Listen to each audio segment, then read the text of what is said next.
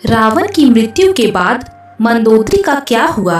हिंदू महाकाव्य रामायण के अनुसार लंका के राजा रावण की रानी के रूप में मंदोदरी को वर्णित किया जाता है। रामायण में उन्हें सुंदर, पवित्र और पतिव्रता स्त्री के रूप में दिखाया गया है। उन्हें रामायण काल की सबसे सुंदर पंच कन्याओं के रूप में जाना जाता है और मान्यता है कि उनके नाम से कई बाधाएं भी दूर होती हैं। तो आइए दोस्तों, जानते हैं रावण की मृत्यु के बाद मंदोदरी के जीवन के बारे में कुछ प्रचलित कथाओं को। मंदोदरी असुरों के राजा मायासुर और अप्सरा हेमा की बेटी थी।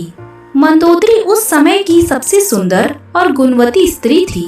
इसी वजह से लंकापति रावण ने उनसे विवाह किया और वो लंका की पटरानी बनी। मंदोदरी के दो पुत्र मेघनाद और अक्षय कुमार थे। मंदोदरी को एक पतिव्रता स्त्री के रूप में याद किया जाता है और अपने पति रावण के लाख दोषों के बावजूद मंदोदरी उनसे प्रेम करती थी और उन्हें अपना सर्वस्व मानती थी। यही नहीं, मंदोदरी रावण को हमेशा सन्मार्ग पर चलने की सलाह देती थी। रावण के प्रति उनके प्रेम और निष्ठा का वर्णन रामायण में देखने को मिलता है। पौराणिक कथाओं में बताया जाता है कि रामायण काल में प्रभु श्री राम ने जब रावण का वध किया, उस समय लंका में सिर्फ रावण के भाई विभीषण मौजूद थे। उस समय राम जी ने विभीषण का राज्याभिषेक कर दिया और उन्हें लंकापति नियुक्त किया। उस समय मंदोदरी ने विभीषण की शरण ले ली और उनकी पत्नी के रूप में जीवन व्यतीत करने लगी। हालांकि रामायण में इस बात का कहीं बहुत ज्यादा जिक्र नहीं है और कुछ लोगों का मानना यह भी है कि रावण की मृत्यु के बाद मंदोदरी ने मृत्यु को चुना और वो सती हो गई।